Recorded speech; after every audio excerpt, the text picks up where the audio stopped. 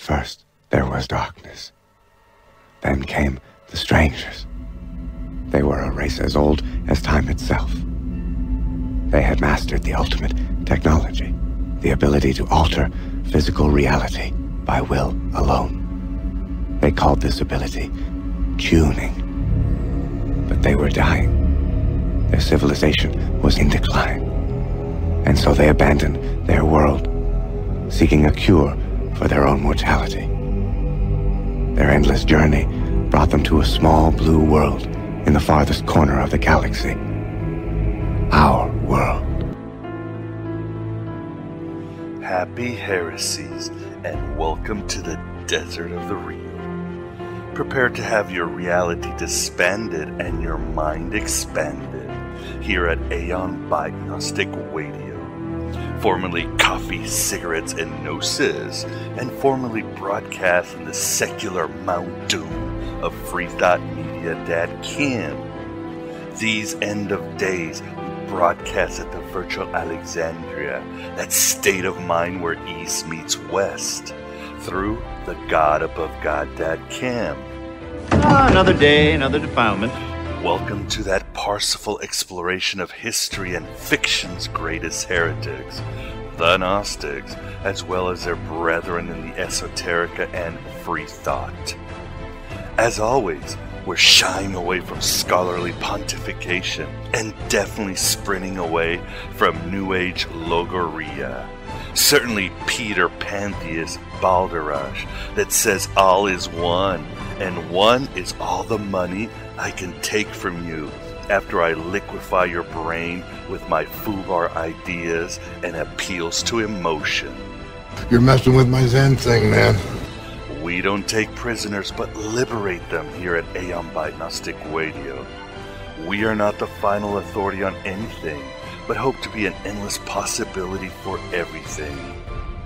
We are not against any ideology, theology, or philosophy, just the literalist, Borg aspects of any ideology or theology. Those crunchy dingleberry orthodoxies that won't let you out of the rectums of mundane reality and into the inner sanctum of Gnosis. You shall know that God is God, and bow down to his will.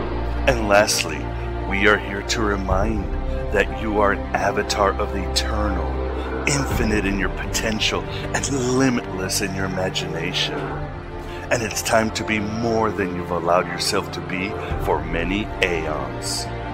After that, your mileage may vary, and how you adventure into the truth, that pathless land as Krishnamurti called it, is up to you and you alone. Most of all, we just want to open your eyes from all that is unreal and oppressive. Like James Joyce once said, history is a nightmare from which I am trying to awaken. What truth? That you are a slave, Neo. Like everyone else, you were born into bondage, born into a prison that you cannot smell or taste or touch. A prison for your mind. We deal with one of the halves of Hermes Trismegistus. That is the Egyptian god Thoth, encompassing in his timeless Gnosis, unusual in being a male moon god and a non-trickster wisdom deity, fascinating and important to anyone in the esoterica, yet overlooked because the occult paparazzi always had a thing for the Hollywood couple of Isis and Osiris and the other sexy gods. Sometimes the gods bless you in the morning and curse you in the afternoon. But first, please allow me to introduce myself.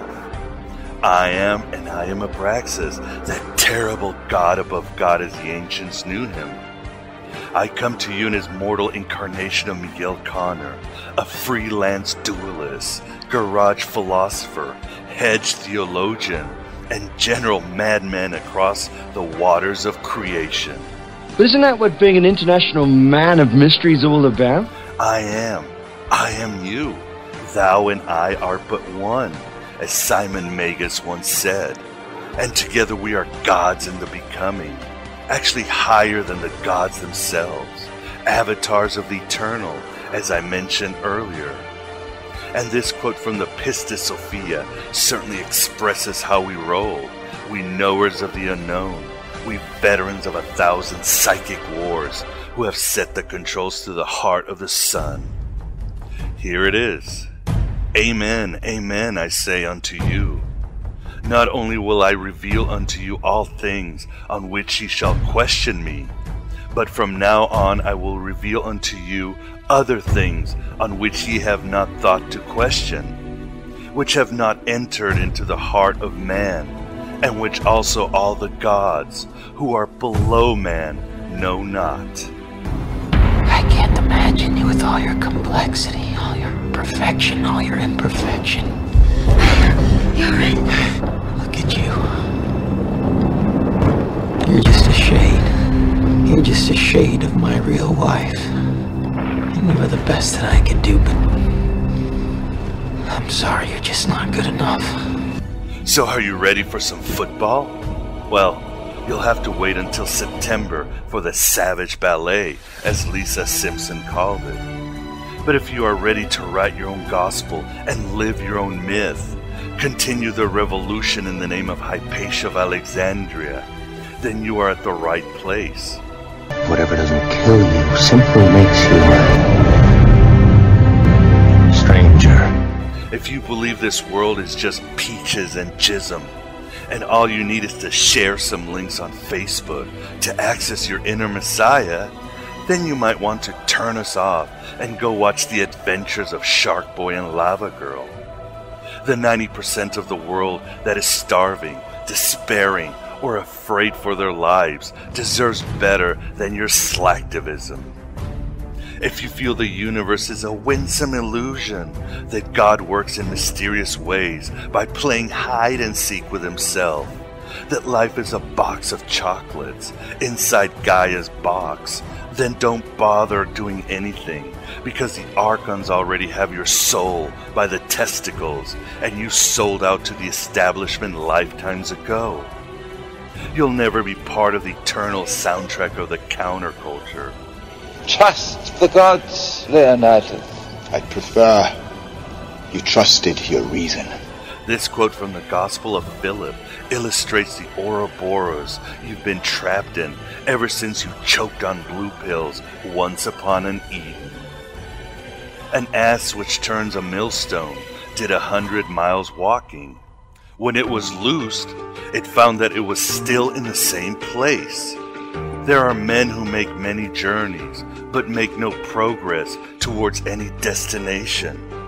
When evening came upon them, they saw neither city nor village, neither human artifact nor natural phenomenon, power nor angel. In vain have the wretches labored. What would you do if you were stuck in one place, and every day was exactly the same, and nothing that you did mattered?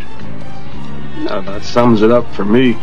But the rest of you, oh you modern-day Tom Sawyers, your mind not for rent by any god or government, grab some coffee and a bag of blasphemy, because Coffee's for closers only. And it's going to get so hot with sin, as it always does on Aeon Byte, that your very sweat will extinguish the kindled pyres of hating angels and corporate inquisitors. A world without rules and controls, without borders or boundaries. A world where anything is possible. Our guest is Lesley Jackson, here to discuss her inspiring new book, Thoth, the history of the ancient Egyptian god of wisdom. It has no occult or New Age gristle, just the meat and potatoes, manna and ambrosia of good scholarship that I feel is as spirit-igniting as any religious rhetoric. Lesley does a first-rate job at revealing the universal gifts of Thoth from the eyes of the mystic Egyptians. You'll have no doubt after the interview, and if you buy Lesley's book, that Thothy Boy is a powerful conduit for esoteric knowledge. This primordial deity was for thousands of years a main symbol for order and the quest for transcendence. Gonads are useful for their purpose, but they are no substitute for brains. Thoth was a unique figure that granted both man and God reason, law, medicine, magic, and eternal life. We understand this moon god's history, prominence, and mystery, and what happened to him with the rise of Greco-Roman and later Christian dispensations. Well, we know what happened. Jehovah lowered the boom with one of his history-changing thunder farts. What sort of supreme being created such riffraff? Is it not the workings of a complete incompetent? Again, we'll stick to the lens of the Egyptians, but you can find all things Egyptian occult, alchemical, hermetic, Hellenistic, and whatnot at our archive of past shows. I recommend you download Aeon Byte number 185, The Myth of Osiris with Tom Cavalli, where we view the Egyptian myths through a Jungian framework, or Aeon Byte 130, the Egyptian influence on Christianity and Gnosticism, where Acharya S.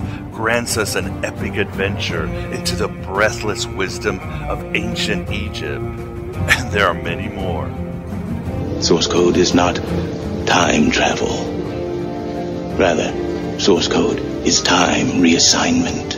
What in the name of Hades does this have to do with Gnosticism? You may ask while waiting for the streaming of The Adventures of Shark Boy and Lava Girl to buffer. I feel Gnosticism is more than a single historical theology, even if it was a nuclear mind bomb that to this day makes fundagelicals soil themselves. Boy, I'm never gonna be scared enough of God by tonight if I don't kill someone. But more or less than that, it's an attitude, a worldview, and an art form that spans dimensions. Thoth certainly embodies many of the Gnostic characteristics, and he certainly evolved and survived in the Gnostic tradition after Christianity and Islam rewrote history and reality itself. How many more? Just think how many have died in your name. And that's what we veterans of 1,000 psychic wars are trying to do. Survive, synthesize, synchronize, and sterilize. Sterilize the wounds of ignorance festering on the very fabric of thy multiverse. In the beginning, the universe was created. This has made a lot of people very angry and been widely regarded as a bad move. It's not easy and the fight is perilous. But what choice do we have once we hear the call of Sophia from beyond the world of forms? This quote by Christopher Knowles exemplifies what our mission is about. The truth doesn't always set you free. Sometimes it saddles you with a burden you can never escape. So choose very carefully where you decide to start digging and what dragons you choose to slay. Prepare to be taken places you never wanted to go. Gnosis isn't always a flower. Sometimes it's a sword. Maybe more often than not. And so it is. But would you have any other way? Don't take too long to answer, because one day, whether the armed man or man with the straitjacket will come to take you away. Ha ha he he. Ernest Hemingway once wrote, "The world is a fine place and worth fighting for." I agree with the second part. Other than that, here comes a quick web evangelism. Donations or any type of assistance are always a blessing, even if it's the many skills I don't have, like putting up YouTube videos, transcribing interviews, or sober marketing ideas. I have no problem exchanging a loot of free shows for services. Thank you for those who have supported Aeon Byte Gnostic Radio via donations, buying products, or downloading shows. Certainly gratitude to those who have told me how Voices of Gnosticism or my novels Stargazer and Heretic have improved their gnosis. I'm starting to throw more full episodes on iTunes at no cost, so I'm at the mercy of the free market and the cult of Apple Who. Could you please stop with your iPod? Please spread the heretical word to anyone seeking the road less traveled or the highway to hell. But enough of my drivel. Lesley Jackson on the Wisdom God Thoth from her new book on Thoth. Only one of a handful on this enigmatic god, and the only one not dated, my beloved truth seekers. Heresy shouldn't be this much fun, but it just is. It just is. These guys can't open up.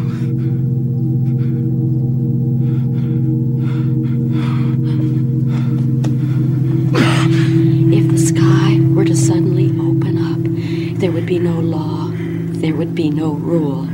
There would only be you and your memories, the choices you've made, and the people you've touched. If this world were to end, there would only be you and him and no one else.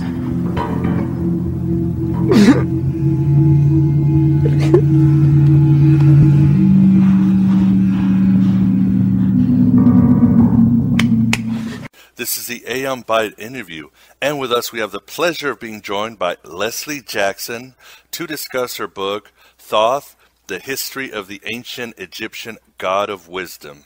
How are you doing today, Lesley? I'm doing very well, thank you. Well, thank you very much for coming on Aeon Byte. So tell us a bit about yourself and how you came to studying the ancient Egyptian religion. Well, I worked in IT and project management, nothing to do with history or religion. I always had a long-term interest in ancient history and archaeology. I was the treasurer of our local archaeology society for about 20 years. My other interest has always been in mythology, other worlds and things like that. After I'd retired, I did a creative writing course, and for every assignment, wherever I possibly could, I always used to write about ancient Egypt or Anglo-Saxon, something like that. My tutor always called it my Lord of the Rings mode. But I found I really enjoyed the research, and I started to delve deeper and deeper into the religion. The Egyptian religion was my first choice for two reasons. I liked the deities, but also the fact that you could go back to the source documentation and read what the Egyptians thought and believed, rather than going to something like Norse, where you're relying on people who had been Christianized then writing about it. Why did you decide to use or research the god Thoth when he seems to be not as sexy as other gods? Well, my primary interest was in goddesses, so I was researching those, but I kept coming up against Thoth. I kept getting these nudges, and both in my reading and otherwise. And I think the turning point was probably I'd asked someone to make me a bead bracelet from an Egyptian style I'd seen, which she did. And when I opened the box, he put a little label on it and it called it Thoth bracelet. So I thought, all right, I'll give up. I'll do some research. And as I read, I found there was a lot of information scattered about, and I thought, I've got enough material here to do a book about it. I didn't want to just replicate what other people had written, and I could only find two books about Thoth, both of which were out of date and one of which was out of print. So why don't we begin with the name Thoth itself and the way ancient Egyptians viewed names in general? Yes. Well, that is what I asked, is how do I pronounce his name? I have heard a number of variations of Thoth, Thoth, Toth, Tauth. Someone suggested that if I should put an apostrophe after the first T, it would be Thoth. I personally don't like the name. I think it's quite clumsy and harsh. The name was invented by the Greeks. His Egyptian name, as far as we understand, was Tehuti or Jehuti, which I think is a much nicer name. I'd originally written the book referring to Tehuti, but in the end I decided it would flow easier if I referred to Thoth, because whenever I quoted anyone, they were using the name Thoth. Names were really important to the Egyptians. A name gave something identity. It wasn't just a means of describing something for our own usefulness. Your name expressed the essence of something. It gave it life. It was also, in a lot of cases, it linked it to a spiritual realm. A correctly pronounced name gave something existence, and Thoth himself was said to have created the world by speaking it into existence. Names were also powerful. If you knew someone's name, it gave you power over them. And the funerary texts stress this quite a lot. A lot of the spells, particularly against demons, it says, I know you and I know your names, meaning I've got power over you. Obviously, the deities had a lot of names, and the real names are kept secret even from the other deities. And we do say a lot about the importance of names, but then turning around, the name can mean an awful lot or nothing. And I think if you're talking about gods and goddesses, in the end it doesn't really matter if you get the name right or not. I think they know who's calling. As you point out, Lesley, in your book, a god's attributes are more complex than his or her title, like a human being being more than his job or title, although it unfortunately happens in our world. Also, gods and humans evolve throughout time, and in Egypt we have 5,000 years of history. When and in what aspect did Thoth begin his divine career, as far as we can tell? Well, the ancient Egyptians would have said, but he was always here. The cult of Thoth came from pre-dynastic times, which was 3,200 BC or earlier. It is very difficult to say when it first arose and from where. He is referred to as the great god of primeval times, which suggests that he was a very old god. By the third dynasty, which is about 2,200 BC, there are actual references, written references to him, to his temples, and to his priests. He had 2 cult centers and 2 sacred animals, and this, to me, looks like he's probably coming together as a fusion of 2 very similar gods. He's got a cult center in the Delta region, and he's associated with the ibis. And he's got a cult center in the middle of Egypt, Hermopolis, and he's associated with the baboon.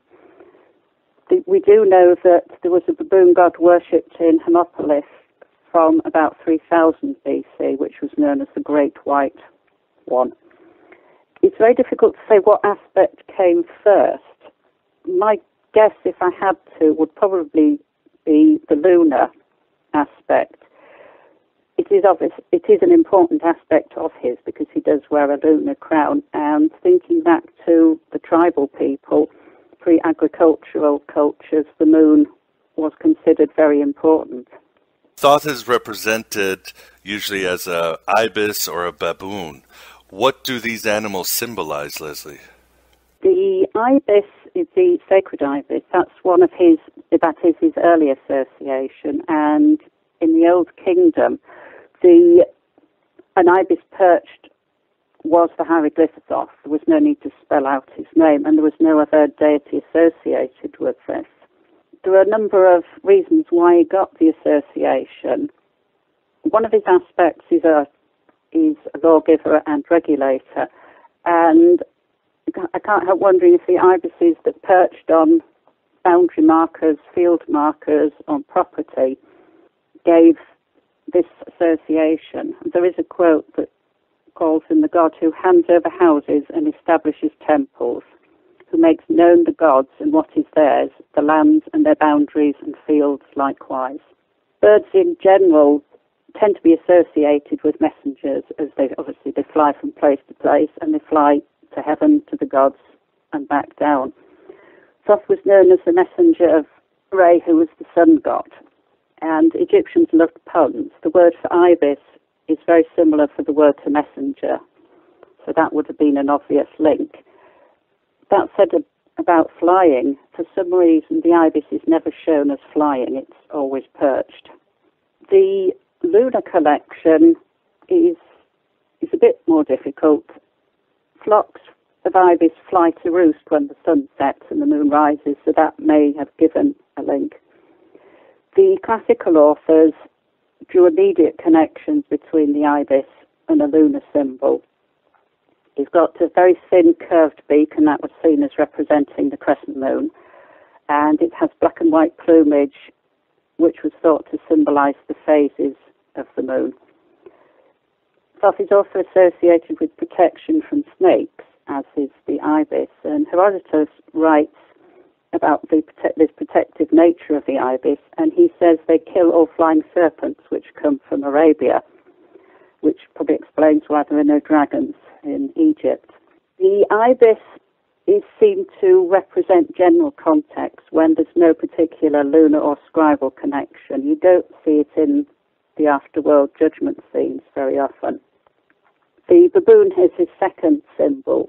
It put me off a bit, I must admit, the baboon. I like animals, but baboons I don't like. They're very aggressive and, to my mind, unattractive. But I have mellowed slightly, and I do have a baboon statue in my room now. There have been many debates as to why the baboon was chosen.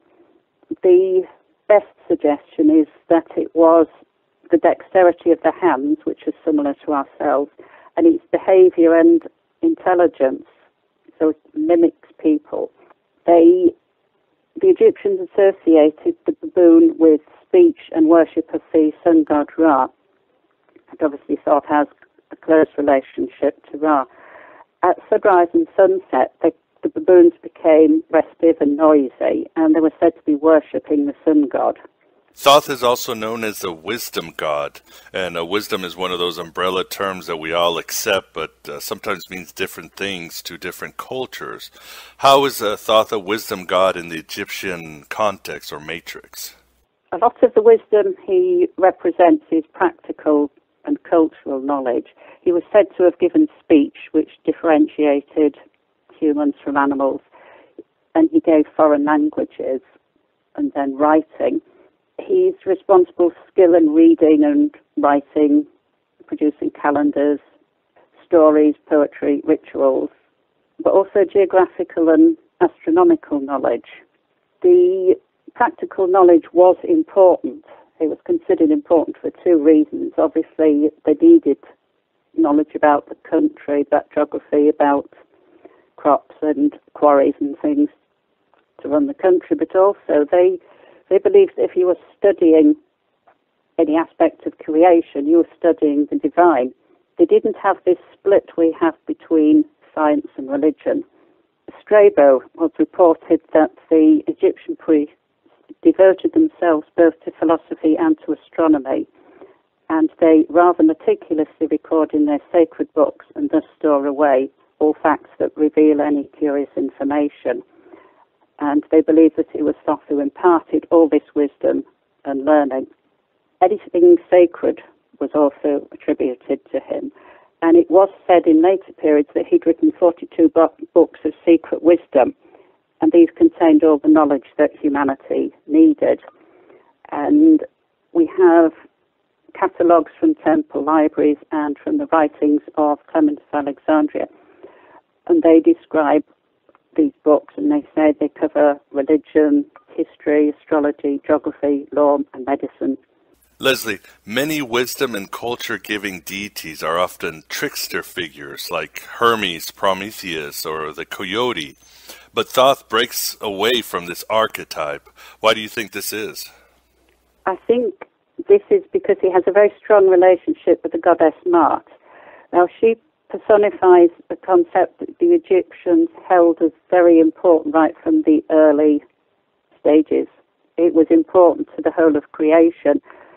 It's truth, justice, it's a basis of order in society, both humans and divine. It's order in creation, whether we're talking about the laws of gravity or the laws that the human society runs by. The Egyptians believed that creation came from the chaotic waters of what they called the Nun, the primordial ocean. So what we have is a precious ordered bubble in this chaos, and they're forever chaos is forever threatening creation. And Ma'at is one of the principal ways of preserving creation by having laws in place and making sure that they are followed. Tricksters tend to view rules as plastic objects. And a lot of other pantheons, the gods give you rules and then do something completely different. But Thoth views them as an essential component of creation, and he abides by his own rules because the rules of not apply to him as much as it does to anyone else, and he dislikes the chaos. A lot of tricksters will throw chaos into something to make it change, but even if that was something eventually beneficial, I don't think that's something that Thoth would do. He does say, of course, I am Thoth, the trusty one. Yeah, the only case you could make is you have these Byzantine battles between Seth and Horus, and he goes around healing both sides whenever they need it. But again, you can make the case he's just trying to keep order, keep the balance. That's right, yes. And the battles of Horus and Seth, I think, try everybody. Yeah, but they are amazing. And Lesley, could you tell us about Thoth's role as a psychopomp? Yes, this is the guide of souls. The Egyptians believed that if a deity did something for another deity, then it was setting a precedent, and then they would do the same for mortals. Osiris was killed, and it was Thoth who led him through all the trials and traumas through the afterlife. And because he's done that, he will do the same for all the deceased. He does share this role with the jackal-headed god Anubis. His lunar aspect, I think, is important here because the night obviously has an association with death and the afterlife, and it's the idea of bringing light into the darkness like the full. Also, with his magic and wisdom aspects, Thoth was considered to have written all the funerary texts and the spells which were essential to get the deceased through. So it starts off when you just have the dead body, and obviously to the Egyptians, the mummification, the preservation of the body, and the preservation of the tomb was very important. Thoth then performs what they call the opening of the mouth ceremony, so the deceased person can then speak again, and it's essential that they can speak in the afterlife because they have to recite the spells to get them through. They also have to give their negative confession before the judgment. He will also help people across the river, the winding waterway, which separates, in fact, this world from the afterlife. There is a ferryman, but he seems to have been a bit truculent and can't always be relied on. I think it was Uranus in the pyramid text says at the end of his speech to the ferryman, well, if you don't help me, I'll leap on the wing of Thoth and he will help me across. Throughout the journey, Thoth is there, along with other people. He's not the only deity. He protects the deceased against demons. He gives them the spells, and two quotes. He will make clean for you the fair parts of the west, which lead to Osiris. And the other one, Thoth himself will come to you with the book of sacred words, and he will set your hand on the horizon at the place where your car desires. He also performs the judgment, so you will be led into the judgment hall by Anubis. Having gone through all that and provided you survive the judgment, you then have a choice of heaven, of where you would like to go to, and the followers of Thoth will go in his, what they call his suite, which is either the lunar bark as it sails across the heavens, or the mansion of the moon. What's very interesting about your book, Lesley, is that you point out that the Egyptians were basically a works save, not faith saves. It really didn't matter if you believed or followed the gods. Everybody was judged with was in their hearts. That's right, yes. I think part of it was because they had no concept of atheism.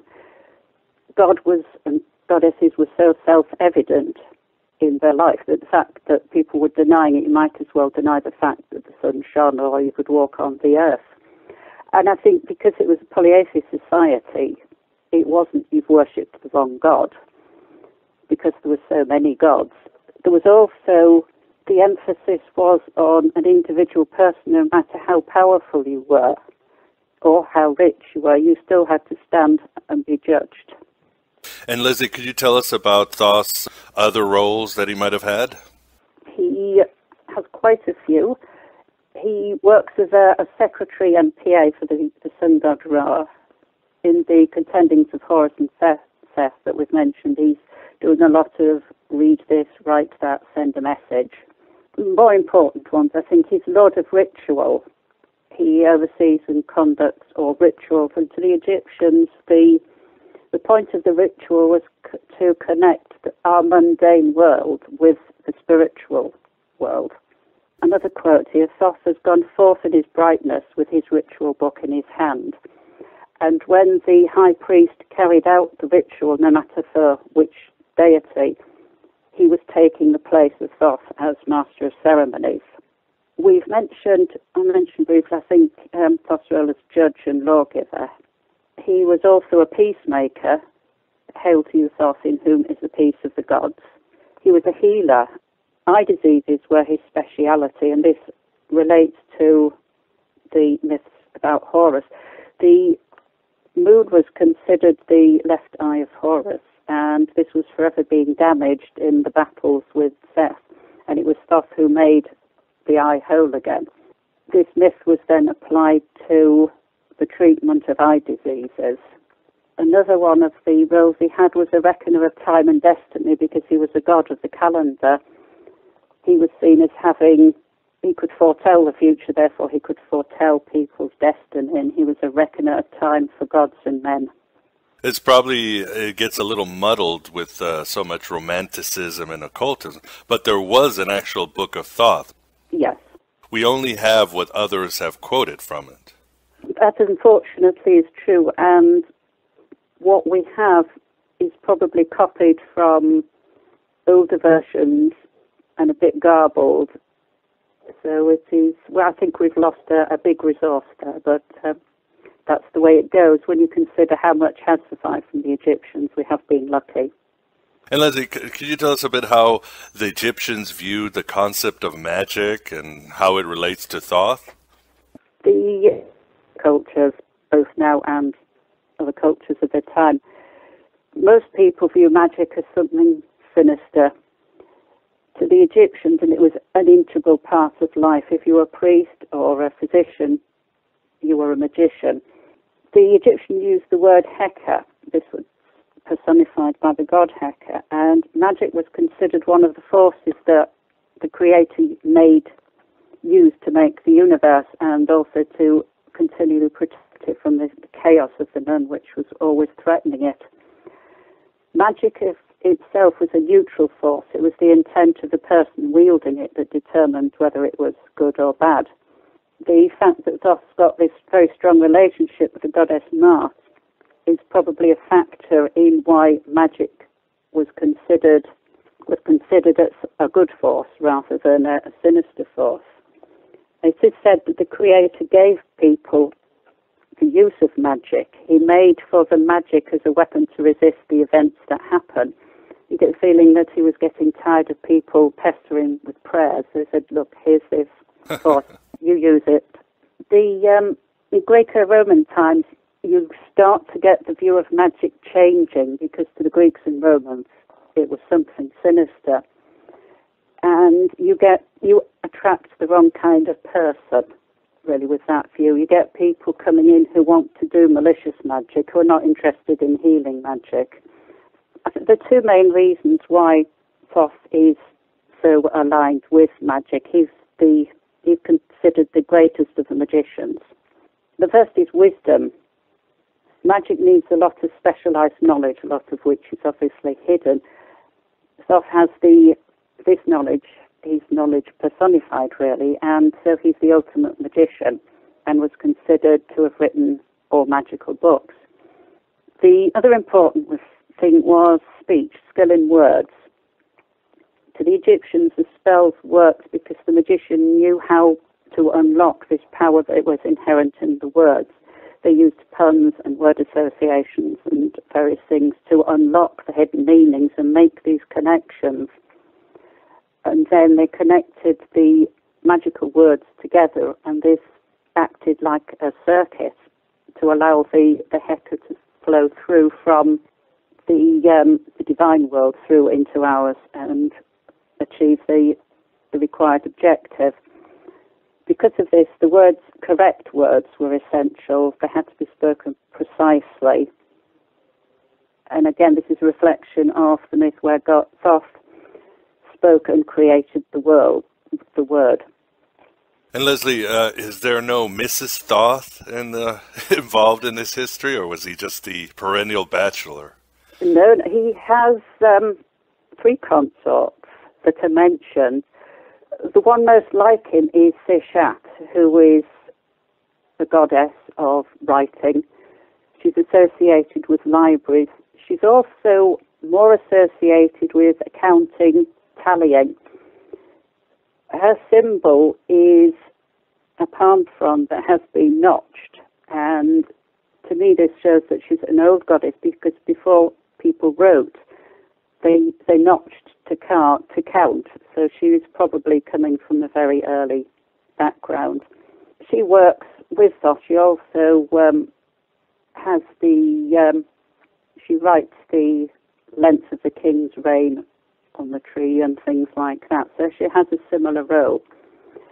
He has a strong relationship with the goddess Martha, as we mentioned, and the other one is a fairly obscure goddess called Nematoway, which I describe a bit about in the book, but hasn't got a very strong connection. With Thoth, you don't have the same, what we would call married relationship as you do with Isis and Osiris, or the god Jeb and Nut, the sky goddess. There is no sexual or fertility aspect with Thoth, and I think this is because he's probably an intellectual god, that he goes beyond gender, and it's just what is behind the gender of the person or the deity that is important to him. I think that's why we see him having consorts, but not sexual relationships or children or anything like that. And Lesley, it seems to me, and you seem to be pointing out in your book, that the Egyptians had a far more egalitarian view on women.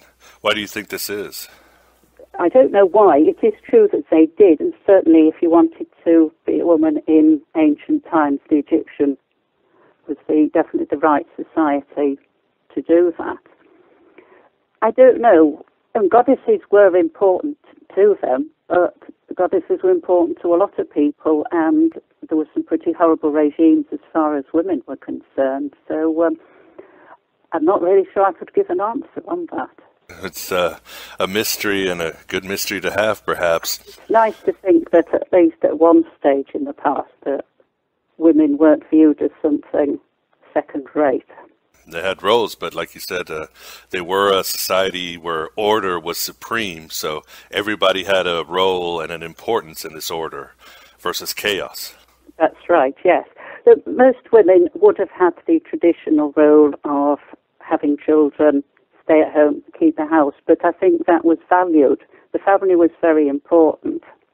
And as you say, order was very important, and the women had a place in that. It's a difficult one, that. Yeah, until we find a time machine, we just have to speculate. So what happened to the worship of Thoth, Lesley, who didn't have the same success in Greek and Roman times as did Isis, Osiris, and other Egyptian gods? It does seem strange that such a preeminent, important god should fade away, and I think really there are 2 reasons for that. You mentioned Isis and Osiris, and that is one of the mystery religions, and it seems to me at that time the Greeks and the Romans had a hunger for these religions. There was something in their own religion that wasn't giving them what they needed, because alongside that you've got Mithras coming along and the early Christianity. There seemed to be almost like an underlying spiritual current. A more cynical comment as well could be that you have Thoth, he's got a love of art, of hard work, study. Maybe he wasn't seen as glamorous. He was the god of the clerks, the civil servants, and they wanted something a bit more interesting, a bit more exclusive. I think the second point is Thoth has a very close fit with the ancient Egyptian culture. The Greeks came over, they looked at him and saw in him Hermes, their wisdom god. That was one of his major aspects. they had a lunar goddess. They didn't need another one. There wasn't any divine vacancy. There was nothing that they could see that Thoth was offering that Hermes wasn't. And I think you lost when he transferred over to Hermes. He does survive in Hermes Trismegistus and the Hermeticism, but that's getting out of my area of expertise. I decided to finish at the end of the Egyptian period. Most of the other Egyptian deities didn't survive. The sun goddess Hathor, she was very preeminent. By the end of the Roman period, she disappeared. She was a part of Isis. And of course, the rest is history with the rise of Christianity and Islam later on. Although, like you said, Hermes Trismegistus, he became very prominent in their cultures up until now. I think that's all the time we have today, Lesley. I'd like to thank you very much for coming on Aeon Byte and giving us a little wisdom on the Wisdom God Thoth. Well, thank you. It's been very nice talking to you. I enjoy talking about Thoth. And there you have it, my beloved truth seekers. Lesley Jackson on an edifying interview on the Egyptian wisdom god Thoth. From her new book, Thoth, The History of the Ancient Egyptian God of Wisdom. A great sober read on this lunar logos. Check out the book and check out of mundane reality for a spell or two. And certainly check out the other Egyptian-related shows at our archive of past shows. There were a couple of Skype burps or archons in the machine, so I do apologize for that. Jehovah plays his games, we play ours.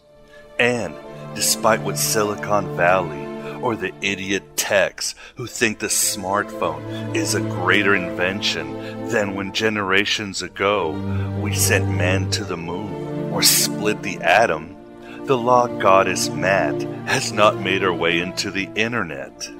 But the Wild West is where Dionysus likes to change water into wine, they say. We shall see. Other than that, not much else. I'd like to close by playing a song by a listener called Babylon. It's from a true seeker warrior named Rhea, from her former band called Janet. If you listen closely, you'll see it's about Hypatia of Alexandria and Sophia, as well as a powerful Gnostic allegory on liberation.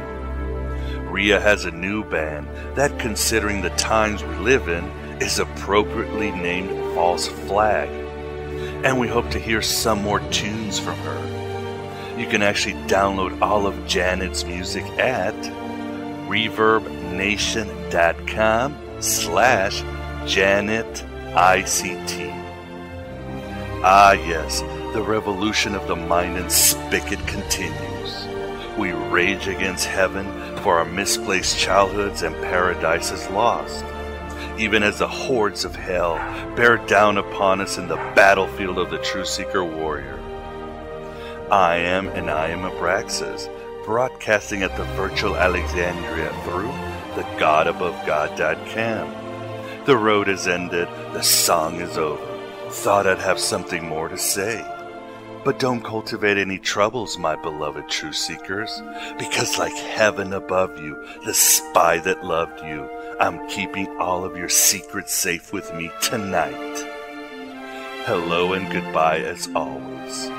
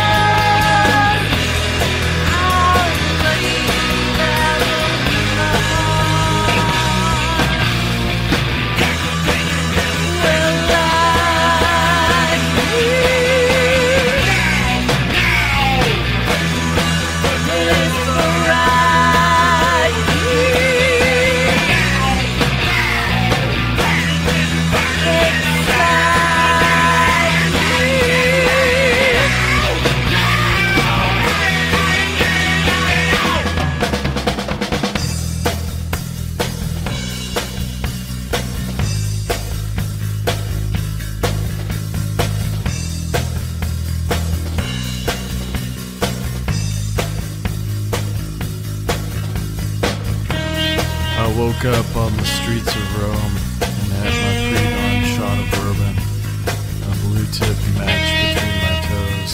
The sky was white, and then it turned orange. I pulled myself out of the gutter across the street from the teenage girls' insane asylum, brushed off my brown polyester suit, and went to borrow a stick of butter. When the nurse answered the door, I said,